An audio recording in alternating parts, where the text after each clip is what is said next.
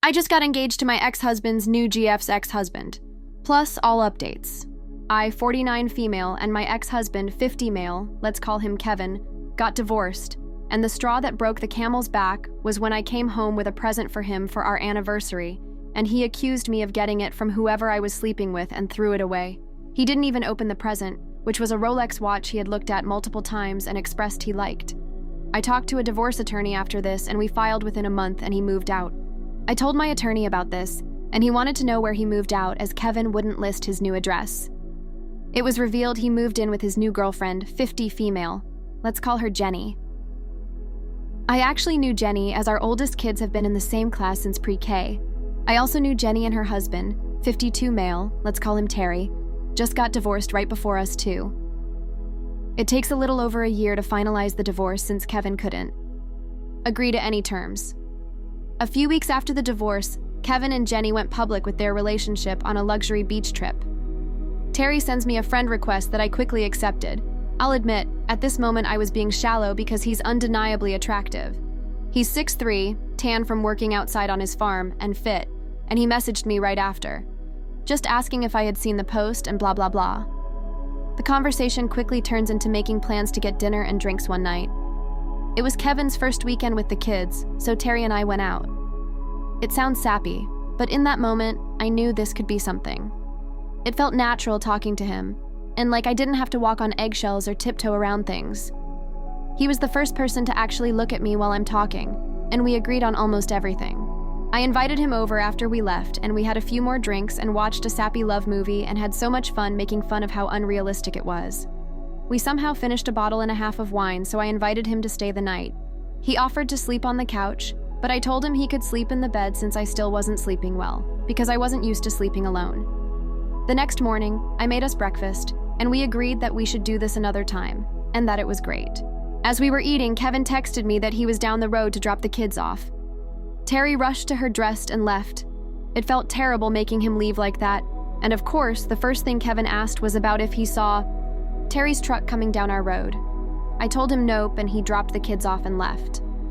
That was 4 years ago, and shortly after that, Terry admitted to me that he wanted a relationship, and I said yes. We kept it private all this time because it's really no one's business to know, as long as we were happy together. We just celebrated our 4th anniversary, and beginning in November, Terry started to hint that he wanted to propose and wanted me to move to his farm in another town since he lived an hour and a half away. Our anniversary was December 1st, and he planned a surprise dinner with all our friends to propose to me. I couldn't believe that he really did all this for me. All our friends were incredibly supportive and agreed that we seemed happy together and deserved to be happy with each other. The next day, I made a post that we were engaged. This was the first post about Terry and I on each other's page. Right after the post, we started to get calls, texts, Facebook messages from Jenny's family, Kevin's family, and Jenny sent a long message to Terry saying she couldn't believe we would do this and didn't check with them first, and how insensitive it was to get engaged when we knew her and Kevin were on a break because of the fighting. He ignored all her messages until we both got messages from my family saying we were shitty people for getting engaged, in spite of Jenny and Kevin, and how they no longer wanted to see my kids and wouldn't be attending the wedding. Terry started to help me sell my house since he also works for a real estate company, and we packed all my stuff up and sold all the furniture and moved me into Terry's house.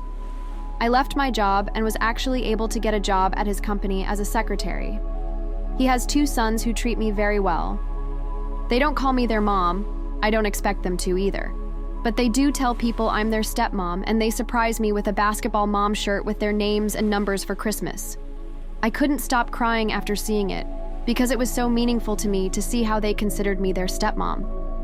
Kevin had the kids for Christmas, and we were supposed to begin the normal split custody in January. Since the first of the year, the kids have said they don't want to see me, and Kevin said he's talking with an attorney to change our custody schedule and that he wants full custody. I am finally happy with someone that loves me, planning a very small wedding with only friends and family that was supportive of our relationship, and have 2 new stepsons that love me, but I feel so empty without my kids. I took them to meet Terry, and he had been to dinner with us a couple times, and he treated them like his own, and he never got on to them or was mean to them. I feel so conflicted about what to do. My kids won't even talk to me over the phone and refuse to see me. So, am I the asshole for getting engaged to Terry? Edit. My kids have always known Terry and were introduced to him after 1.5 years of us dating. They had no problem with us being together and knew about the engagement as Terry took them to pick out the ring. It's not like he's a total stranger to them, as they've been around him multiple times and been to his house. I hope this can clear up some confusion, and I plan to elaborate more when I have an update. Mini update. I was able to talk to my usual therapist about a session next week to help the kids talk and maybe help them understand the truth. It's next Friday when I would usually pick them up, so hopefully it goes well. Update. I'm not sure how much of an update this is, but here we go. To start, I'm sure him and Jenny had an affair when we were still married, and I really don't care to know. I don't let them waste any of my energy worrying about them and what they do or did. I probably could have worded the end of my post better. Terry isn't a stranger I just pulled off the street and got engaged to. My kids have always known Terry, as his kids are the same age and played the same sports. I told them I was dating someone after 1.5 years and introduced them to him shortly after. They've been to dinner with Terry and me, and been with me when Terry came over, and been to Terry's house where he lives. He's a very busy and hardworking man, so we didn't get to spend very much time together where I live or with my kids, so I would usually spend time at his house, but I never skipped time with my kids to see him. Terry is a farmer, land real estate agent, owns his own business, and a volunteer firefighter, so that is why I decided to move there instead of the other way around. He has roots in his area while I was free to move. I did tell my kids prior to the move and engagement that I would like to one day move there. They did tell me that they really wouldn't be interested in moving there, as they liked the school they attend and didn't want to switch. I was fine with that and told them if I did, I would still like them to stay, even if it's for a weekend or when they're on break. Terry also took all 3 of my boys and his 2 to pick out my ring, so it wasn't a shock to any of them. Terry asked all 3 of my kids individually if they were fine with it before he even proposed. I was also asked about if they could come to his house, and yes, they could. Terry has a very nice ranch house he built with 5 full bedrooms and 3 empty finished rooms in the basement that could be bedrooms. They've already stayed there too before the engagement and had no problems. Terry also has a room that he calls his office that he offered to clear out to make room for an upstairs bedroom, so one kid didn't have to sleep downstairs if all 5 were staying at his house, so they could have their own rooms and privacy. I didn't want to act like I was hiding my relationship with Terry, but we wanted to take things slow and not rush. Hence why we didn't post to social media or tell our exes. Obviously, friends knew. You can only tell people you're friends for so long before they catch on, but we only told very, very close friends who won't gossip and tell everyone. And lastly, the last question was about my job. Yes, I went from a director of a department to a secretary making just under what I made as a director. You all would be very surprised what small-town local business secretaries make. I'm a secretary accountant for the land real estate company, as well as Terry's business he owns and his farm. I go to work at 2:30 a.m. with him and don't leave until he does around 9 p.m. and still have farm chores after. So for everyone degrading my career, I work my ass off. Now on to the update. After that post and the advice, I called my lawyer, who agreed that he can't keep the kids from me and that he was definitely doing something to make them flip like that. He did say we could go to court, but I told him I wanted to try and resolve it without court first. I'm not ashamed of it, and I'll admit it, I see a therapist for my own health. I talked to her about getting a session with just my kids, and she agreed. I called Kevin after that to say I want to have a talk with only the boys and he could drop them off, but he could not attend. The therapist was able to finally get them to open up. You Reddit detectives were correct. He turned the story to that Terry and I had an affair for years before we got divorced, and even tried to tell the youngest that Terry could be his dad because I was cheating then. Which isn't true, as I never cheated on Kevin in our entire relationship. I was able to tell the kids the full truth, and I felt like a 50-pound weight was lifted off my chest. After, I had never been happier to hug all 3 of them. I made sure to express how much we miss them and are happy to have them home. And completely unexpected was all 3 gave Terry a hug next. Terry isn't one to cry about much or cry very easily, but the second they hugged him, I saw his eyes water up, and I knew I was making the right decision, and picked someone who loves these boys as much as I do. They spent the weekend with us, and I was able to tell the older 2 the full story about Kevin and Jenny, how the marriage fell apart, and once again invited them to live with us. They both said that they actually wanted to, but since Kevin had fed them lies, they didn't want to be around us. They get out of school in May and are planning to move with us for the summer. This will hopefully be a good opportunity for them to bond with Terry's kids and their friends. I will not be pushing them to move here as it's their own choice, but deep down, I really do hope they do.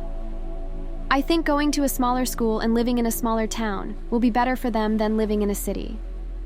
I told my youngest a more watered-down version of events. I did make sure to tell him that Kevin is his real dad, and what he told him about Terry was not true. He seemed to understand it. So, for the moment, Kevin is fine with the boys moving here for the summer. All three asked him instead of me, and I think that helped a lot, showing him it was their decision instead of mine.